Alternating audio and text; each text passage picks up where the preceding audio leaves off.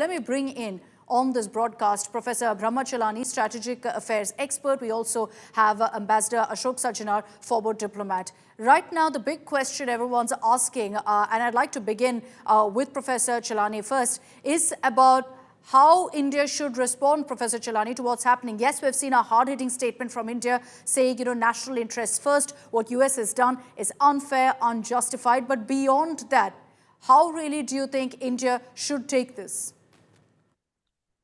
India's challenge is to balance firmness with diplomatic engagement.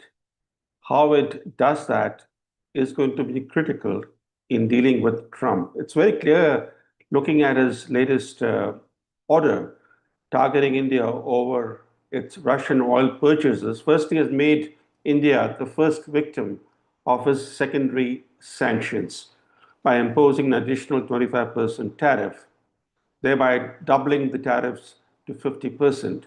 The order is telling for two reasons. It singles out only Russian oil, makes no mention of Russian gas, Russian energy products, only Russian oil.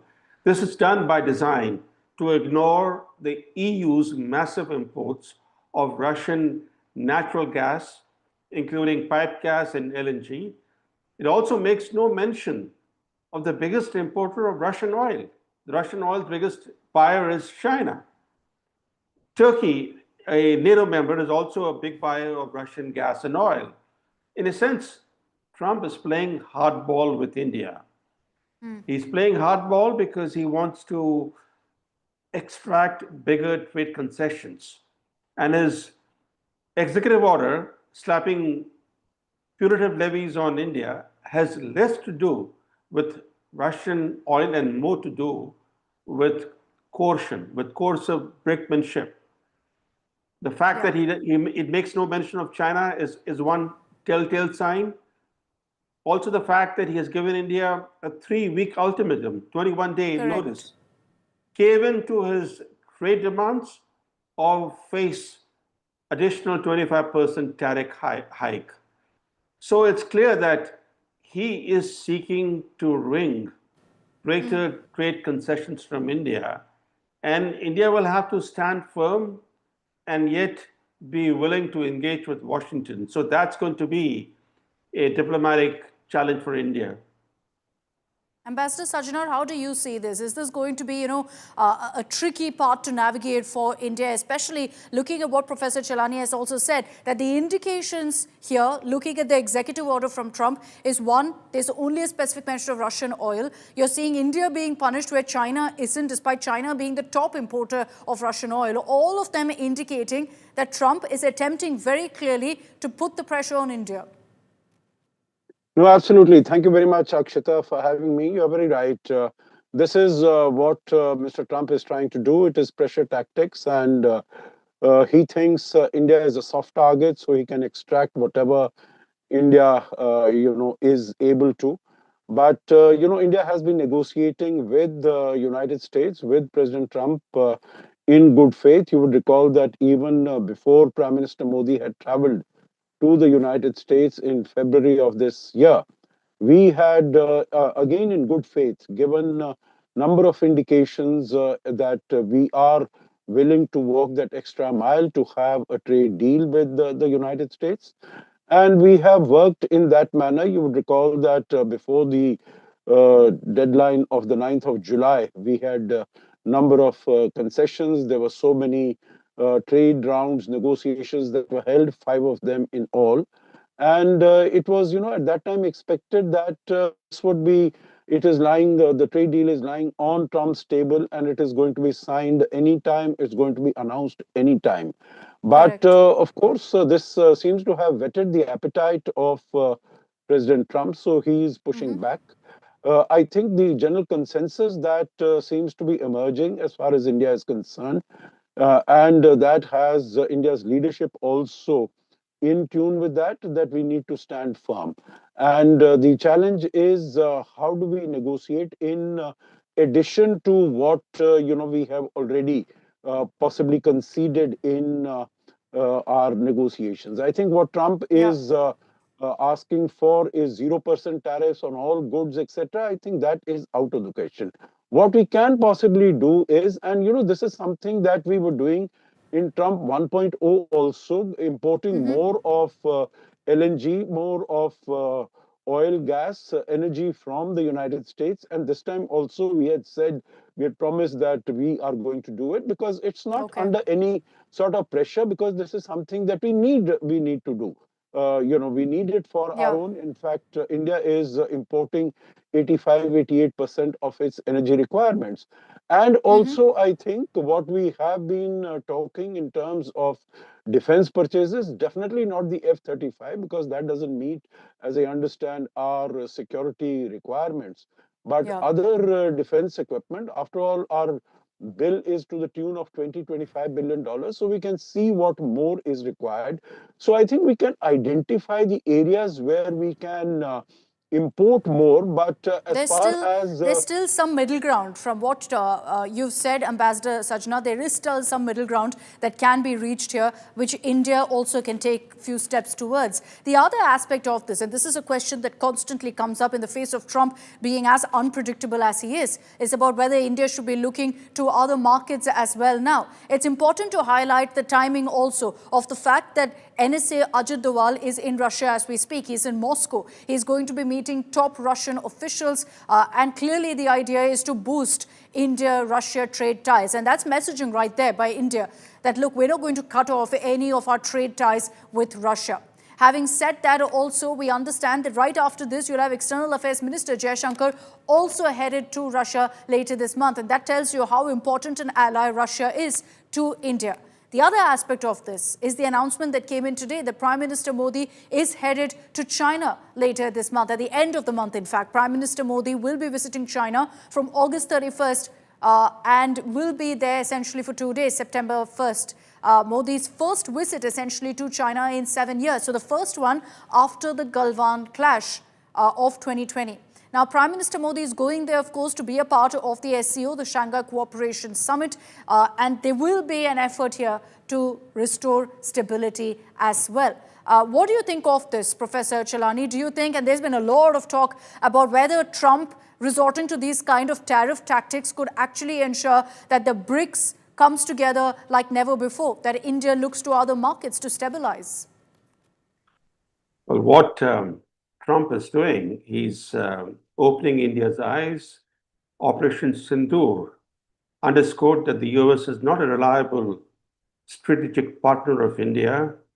We are seeing this new US-Pakistan love affair.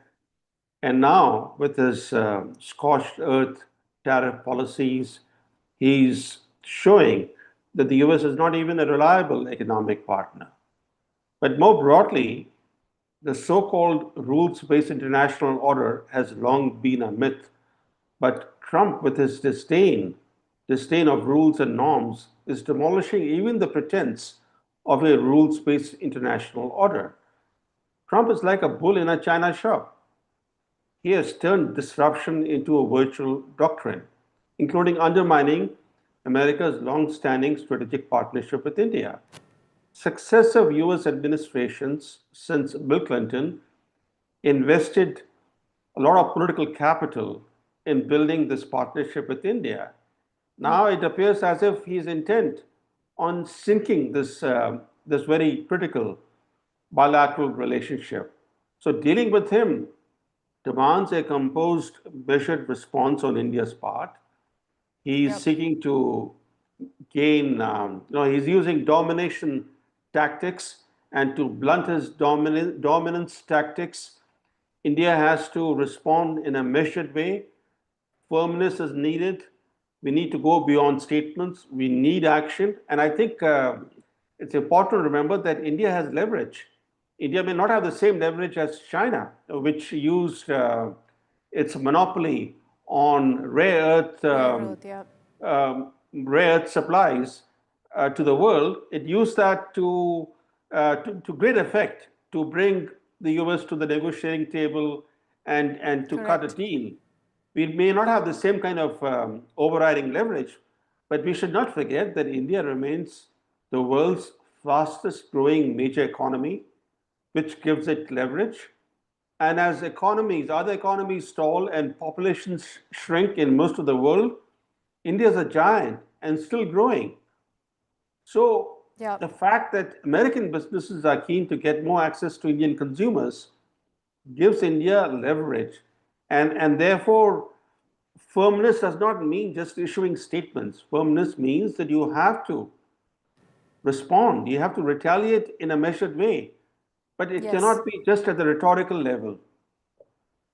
You know, the leverage that you're referring to, Professor Chelani, of India being this big growing economy, Trump has referred to India as a dead economy. But the reality also is, and this was something that we decoded through the day, of how Trump has real estate interests, highest, yes, in America, second highest in India, which he's deemed as a dead economy. But also on the aspect of what we were referring to, of India looking to other markets, and the fact that Trump, with this tariff tyranny, as we've deemed it, has kind of, you know, isolated a whole lot of countries. India has the highest percentage of tariffs imposed by US across the world, more than that on the EU as expected. But besides that, even on Southeast Asian nations and even China, India now shares that position of 50% with Brazil, another BRICS nation which is facing a similar tariff right now.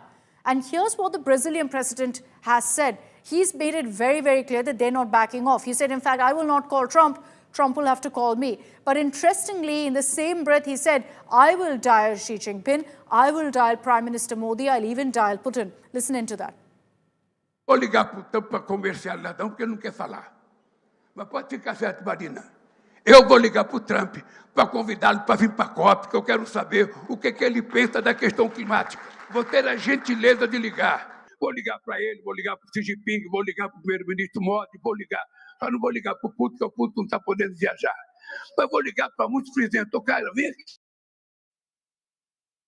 Okay, Ambassador Sajjanar, what do you think of this? You know, a lot of conversation about how India, Brazil, China, Russia, all of these countries, all impacted by Trump's unpredictability, by his tariffs, or of course by the constant statements that he makes against them, could actually unite in the face of all of these actions by Trump.